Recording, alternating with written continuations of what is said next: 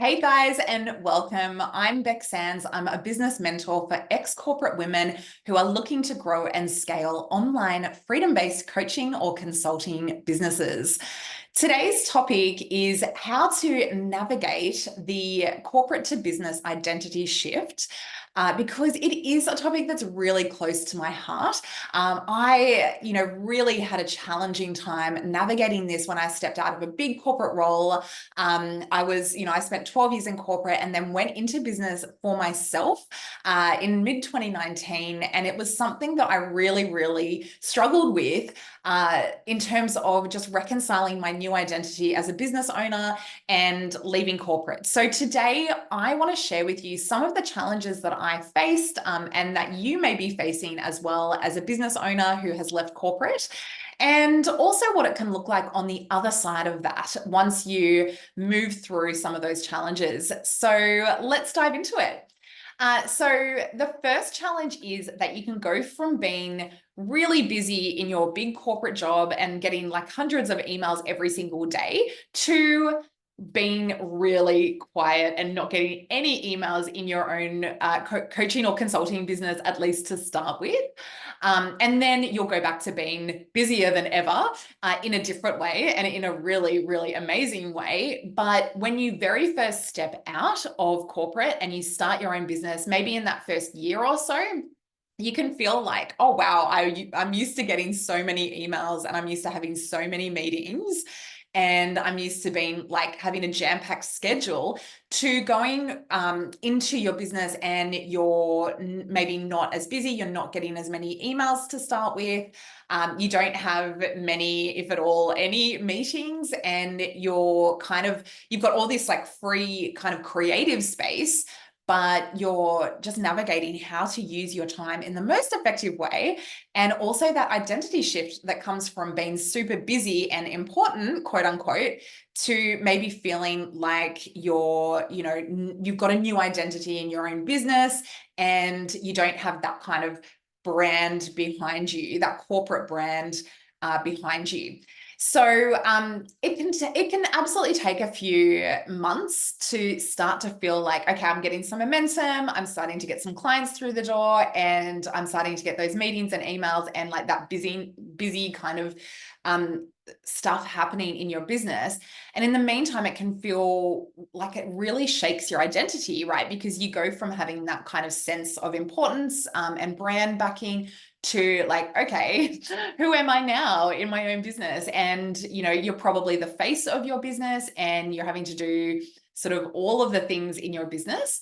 But what you need to do then is just cultivate like a self-discipline and a resilience to get work done, even when there's no one harassing you or demanding that you get things done. So it really just takes a little bit of discipline and a little bit of resilience on your behalf to start to get the momentum in your own business in the areas that you really want to be building, and not just that people are demanding from you. But what it looks like on the other side is that you'll start getting used to being a bit quieter and having a bit more space to think and create. And then you will start to get super busy again. So enjoy that time and enjoy that space before it starts to take off. The second challenge is that, you don't have the company's title or like your title in the company or the company's brand behind you. So that is a challenge in that, like when I was in a big corporate role, I would have lots of, journalists on speed dial and people would approach me for speaking. And, I was known in the industry and it kind of came with that sense of importance. And then when I stepped into my own business, it was sort of a little bit radio silence when I started out, and I had to build that up again and build up my identity and my my brand in my own business, separate to any company.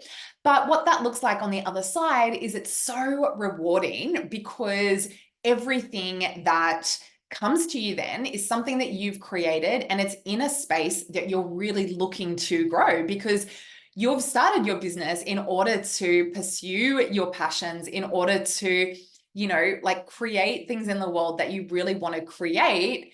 And so when you're getting those opportunities and when you're starting to get those clients and when you're starting to get those payments come through in your online business, it feels so, so rewarding because it's all you. The third thing is that you're the jack of all trades in your business. And this can feel challenging, particularly for your identity, because you're probably used to being really senior in your niche field of expertise. And so you would outsource to other people in the business, like all the finances, all, the marketing, like specific elements of marketing, or, all of those other things. There were other people to do those jobs, but in your own business, you're sort of you're the IT department, you're the marketing department, you're the sales department, you're delivering the services, you're the often as you're getting started, you're the administrator, you're the graphic designer, you're doing all the social media content, and so on and so forth. So that can feel really challenging. And it can also sometimes feel like you're not living up to, your standard of expertise, because you might be doing tasks that are a little bit more junior than what you could do, right?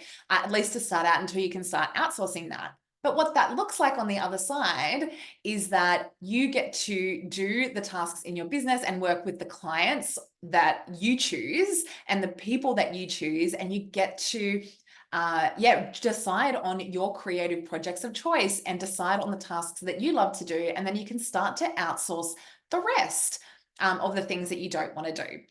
So that can be incredibly freeing. And it also means that you're in charge of your own time, right? Like you're in charge of your own schedule, you're in charge of your own work weeks, you're in charge of how many clients you take on, you're in charge of what you do for those clients, you're in charge of the offers that you create, and how you deliver that work. So it's totally up to you, and there is so much freedom in that. And I should also add that you're also in charge of how much revenue you make, depending on how much you want to work and how quickly you can scale. The fourth thing that is a challenge is that your community completely changes.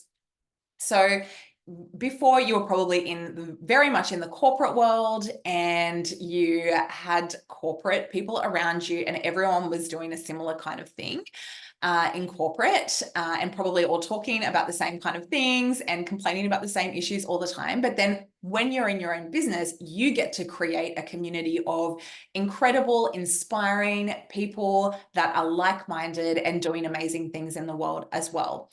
And you get to choose who those people are and who you surround yourself with. And once you've started to create and build that community, you will feel like you're a part of something so much bigger than just yourself as well. And it's a community that you choose and that you create, and that feels really aligned with where you're at now. So those are some of the challenges that you can face around your identity, as well as what it can look like on the other side. I hope you've enjoyed this, and I hope this supports you. If you would like a little bit more information about the different stages of business, make sure you grab my freebie, The Business Scale, at becksands.com/The Business Scale. And download that, because that will show you the various different stages of business and how you can start to get to the next level. So I hope you've really enjoyed this. Thank you so much for watching, and I will catch you next time.